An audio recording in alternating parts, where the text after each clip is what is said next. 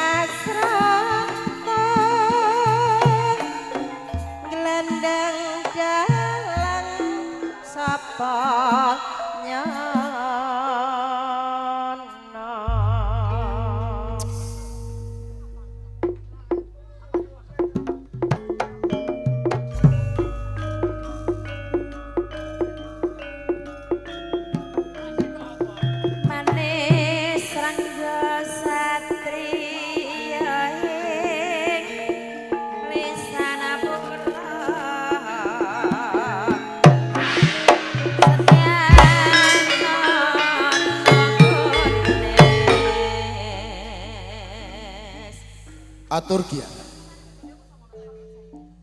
ngaturi sugeng siang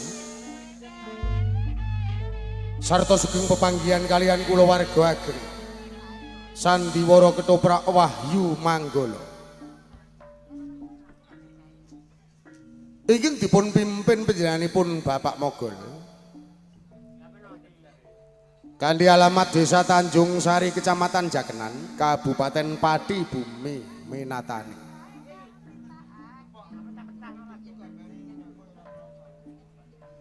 Sasampunipun panjenengan sami kasugata tari gambyong minangka purwakaning pagelaran ing siang punika.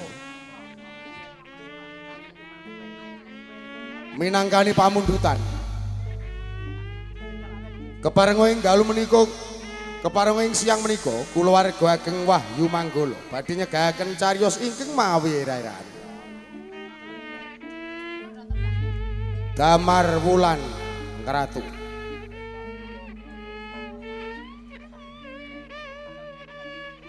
Dalang sarta pendapuk katindahaken Raka Mas Anom Suharyanto. Dewan Sutradara katindahaken Raka Mas Aji Soko. Asisten sutradara dipun tindakaken Adimas Eko Pranoto.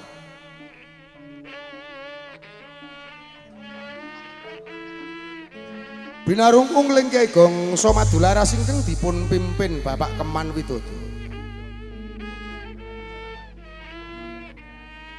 Kanthi pangli ing Swarawati utawi Pesinden dipun tindakaken Ibu Suparyana sarta Ibu Kuntari.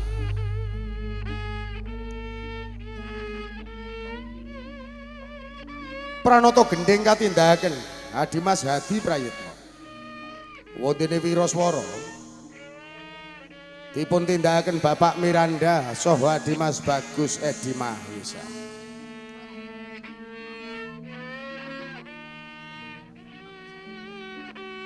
Musik campursari katindakaken Adimas Ari Sempro, Rokomas Edi Watono sarta Adimas Udin Galdomo.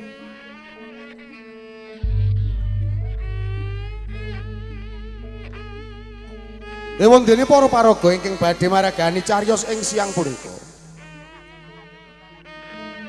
Atekan sepisan nggambaraken wonten ing Kadipaten Blambangan. Adipati Wurubisma Minak Jinggo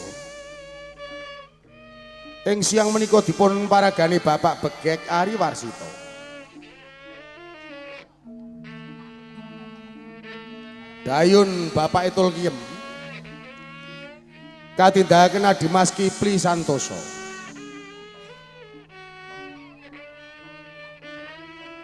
Patih Angkat Buto dipun paragani Rokomas Andi Suratmi. Angkat Buto katindakaken Rokomas Dedek Wibisono.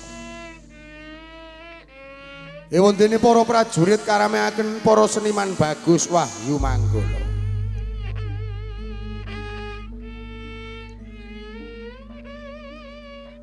Salajengipun nggambaraken wonten ing Keraton Majapahit.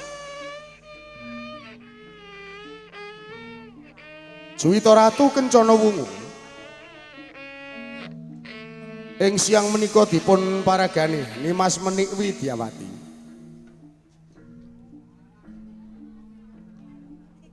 Patih Lugender katindakaken Adimas Sabdo Giyanto.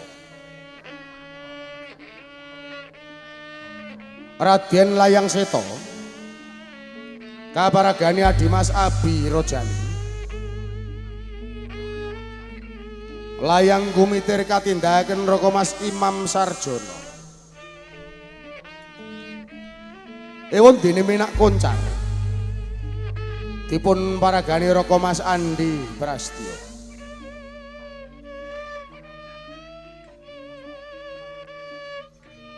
Salajengipun nggambaraken wonten ing Pertapan Paluwamba.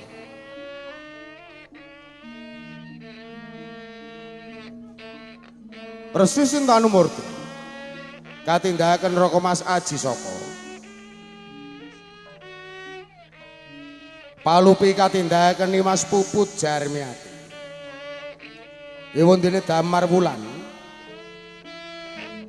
katindakaken Adimas Bagong Sutresno.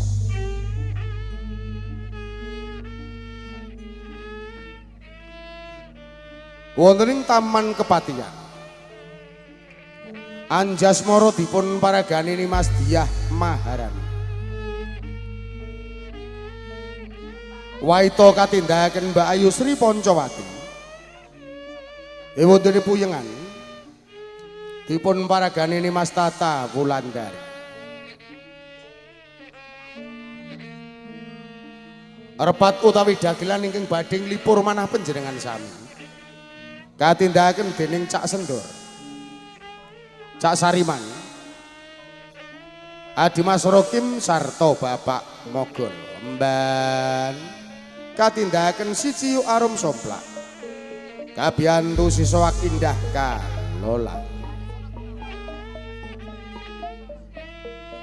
Mekaten kula wau para kadang budaya Sutresna menggah para paraga ingkang badhe maragani cariyos ing siang punika.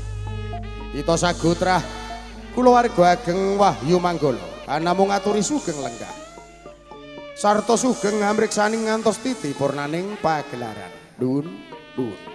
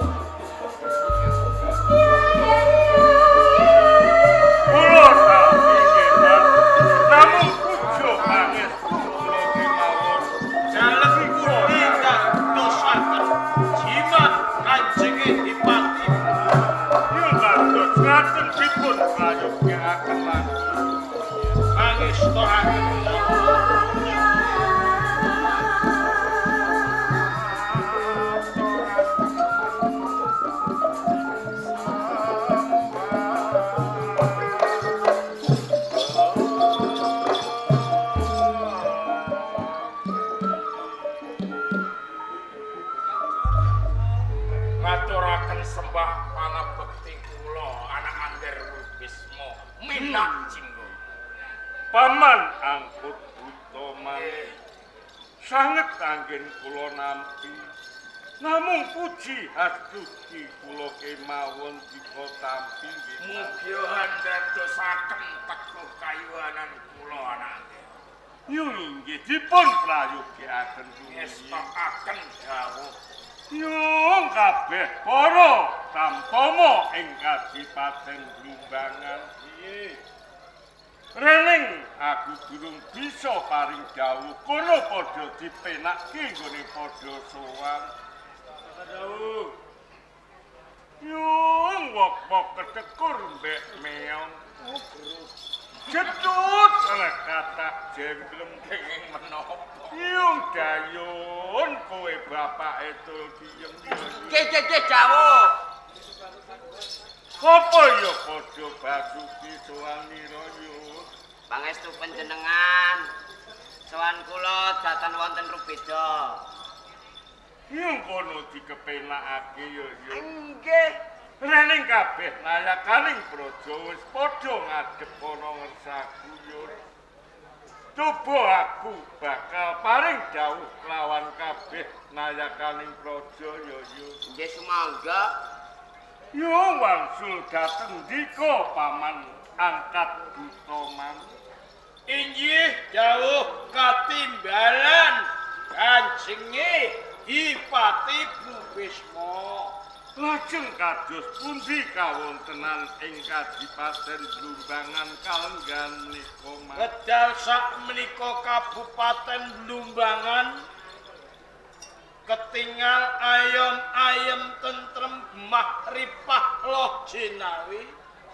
Boten wonten kawula dalem ingkang nandhang rekoso. Bebasan murah pangan lan murah sandang mertandakaken wonten ing Kabupaten Blumbangan ketingal ayem tentrem boten wonten kawula setunggal kemawon ingkang nandhang rekoso. Yung nelaken gumpan nuwun ingkang tanpa upami nggih Mas. Nggih, Ning kula suwun dikampa nerokke kula. oh, sing kula pegale nggih niku Angger Bisma.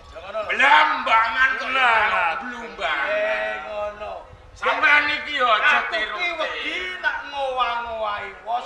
Dipatine omong Blumbangan, mosok aku Blambangan. Ngete napa pripun? Menyek yo. Nggih, Dara. Nyuwun pangapunten. Paman aku Ya sabda dalem. Dika pinangka tetindhing para senopati perang ing Kadipaten Blumbangan. Lajeng kados pundi pakaryan ingkang sampun kula sangkulaken pundak dika kanan lan kiring Mas. Keparing matur anak Angger Adipati Wuru Bisma Minajinggo. Anggen kula ngladi sedaya para prajurit saha prajurit magangan dinten sakmenika sampun cokat caket rengginas olah bilaraga pedang tombak klepasake walastra saking ngiling kuda sedaya sampun titi tetes totok mbok pilih wonten payo-payokan badhe jungkeng kawi bawanan dalem cekap lenggah jigrang sloto pangkula ingkang dados betengipun Blambang. Yung nelaken gumpan nuwun ingkang tanpa upami nggih Mas. Namung kemawon saeting pisuwanan agung menika Mas. Wonten bab-bab ingkang badhe kula dawuhaken dhateng dika kekalih Dados lan sagunging para nayaka praja Mas. Sampun wonten sabta ari kalenggan menika Mas. siang boten doyan mangan. Yen dalu boten saged tileman. Menawi siang boten doyan mangan. Ecret. Dalu boten saged tilem. Ngaten. Kakean arak menawi. Yo boten ngaten Mas. Namung lam-lamen kalian pasuryanipun Diayu Subo Siti nggih senono nunu. Kencana wungu. Nyunge eyun senono nunu. Senono nunu. Kencana Angkiraken. Dan Ratu Majapahit. Jalaran menapa man? Kula rumaos dipun ngapusi. Sinuwun Prabu Bromartunjung Suwardi. Sampun ngoncati weca mlenjani janji. Mongko nalika Majapahit dipun gegeraken kalian Kebo Marcrewet. Marcuwet. Iya yun. Bener omongmu Kebo Marcrewet. Nggih Marcrewet.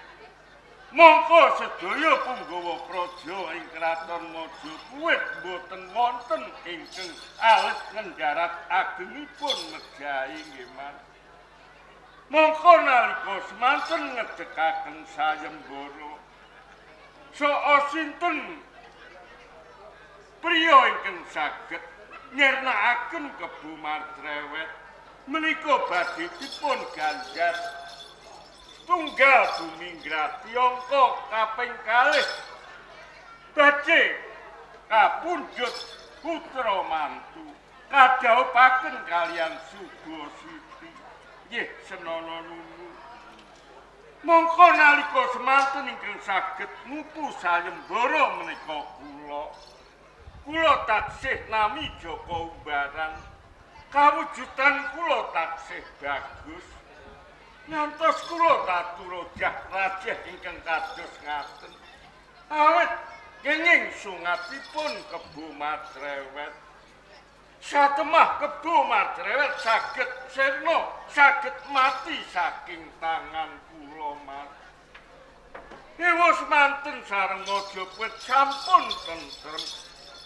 Ganjaran kula boten siyos kadhawuhaken kalian Subo Siti. Namung dipun paringi bumi ing grati sakmenika dados blumbangan. Yo cobi ngaten kala wau man. Ateges Sang Prabu Bromartunjung Suwardi dawuhipun boten kenging dipun percaya, boten kenging dipitados dening para kawula man. Cobi umpami panjenengan dados kula raos manah dika kados pundi Mas? Dipun penggalih Kakang Angkut Buta ampun mendel. Jeneng pamanggih panjenengan kados pundi? Jeneng aku meneng kurak mung mikir. Nggih. Nek angger-angger aku matur saanane mengko rek kurang pas. Dadi wong meneng kuwi tetep mikir apa sing bakal diucapke. Ampun kados mekaten. Salah setunggal taksih entuk songo. Nuwun sewu. Angger Bisma Minaji. Rikala alam Majapahit taksih dipun asta sinuwun Prabu Bromartunjung ngawontenaken Giri Patemboyo.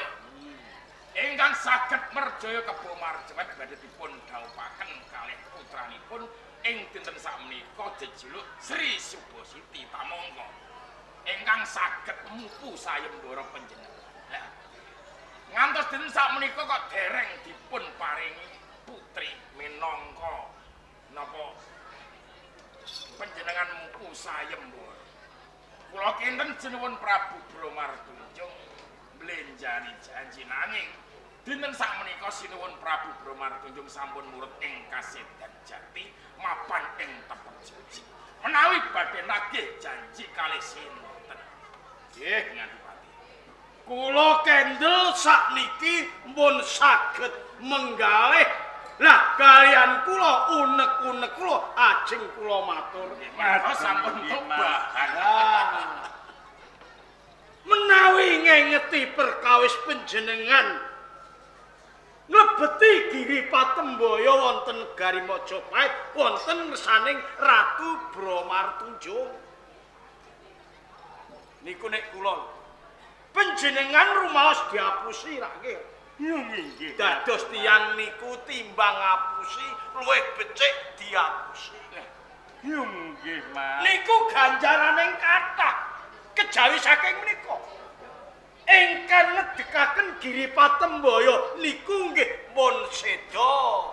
Nggih to? Yo nggih. Kapara wedal sak menika panjenengan sampun mengkusalah sawijining wanita sing ayu-ayu.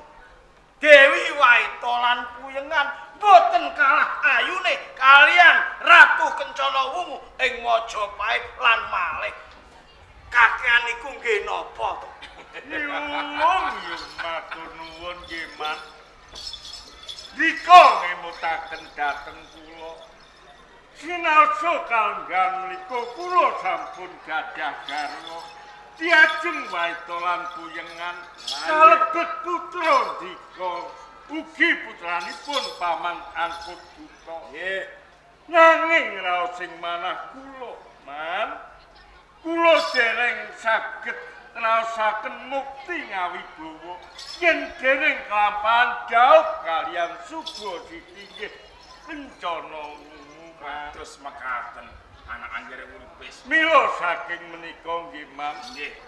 Napa malih sak surutipun Sang Prabu Bramartunjung ingkang kaju menengaken nata kaju menengaken Ratu ing Majapahit boten sanes namung Diayu Suba Siti nggih Senana Nunu.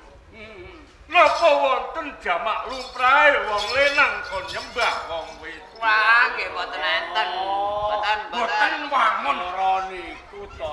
Mila yen mangke kula saged dawuh kalih Suba Siti. Tatantu kula ingkang jumeneng Ratu ing Majapahit. Sae niku sae. Kepengin dadi Ratu Majapahit. Kula ngertos sakniki kula pun dong, kula pun nyandak, kula nggih pun ngerti. Nggih. Panjenengan kelampah ndhaup putri wonten ing Majapahit ya Ratu Kencana Wungu. Panjenengan ingkang dados Nalendra Kencana Wungu dados garwa Prameswari. Nggih sae nek ngoten. Dika sarujuk. Nggih sarujuk sanget.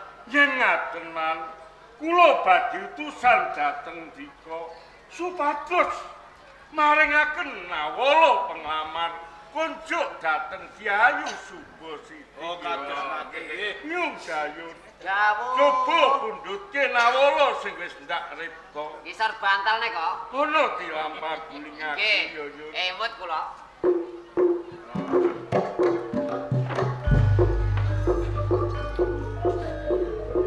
Sabda pandhita Ratu.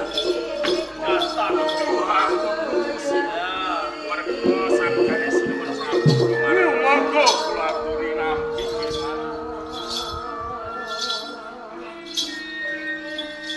napa nawala niku saged kula buka, saged kula waos mboten? Niku surasane namung nawala penglamar. Oh ngoten nggih. Mangke diaturaken Diayu Suba Siti. Yen pancen penglamar kula dipun tampik man, Dika kakalih kula kandheni purba lan pasesa. Yen perlu Majapahit damel genggen yen Sampun terang lan terwaca. Pareng nyuwun pamit medal pasilan nindakaken jijiban Kanjeng. kula aturi ngirit bergadaning prajurit ingkang Oh kados kami. Pareng nyuwun pamit. Yung monggo ingkang atos-atos. Monggo monggo. Yung bono Yung kayu. Dawuh. Aku kapan lawan karo aku main lawan Puyengan. Nggih, kersanipun. Mula ayo Dek, aku mancing jroning taman sari. Monggo, monggo.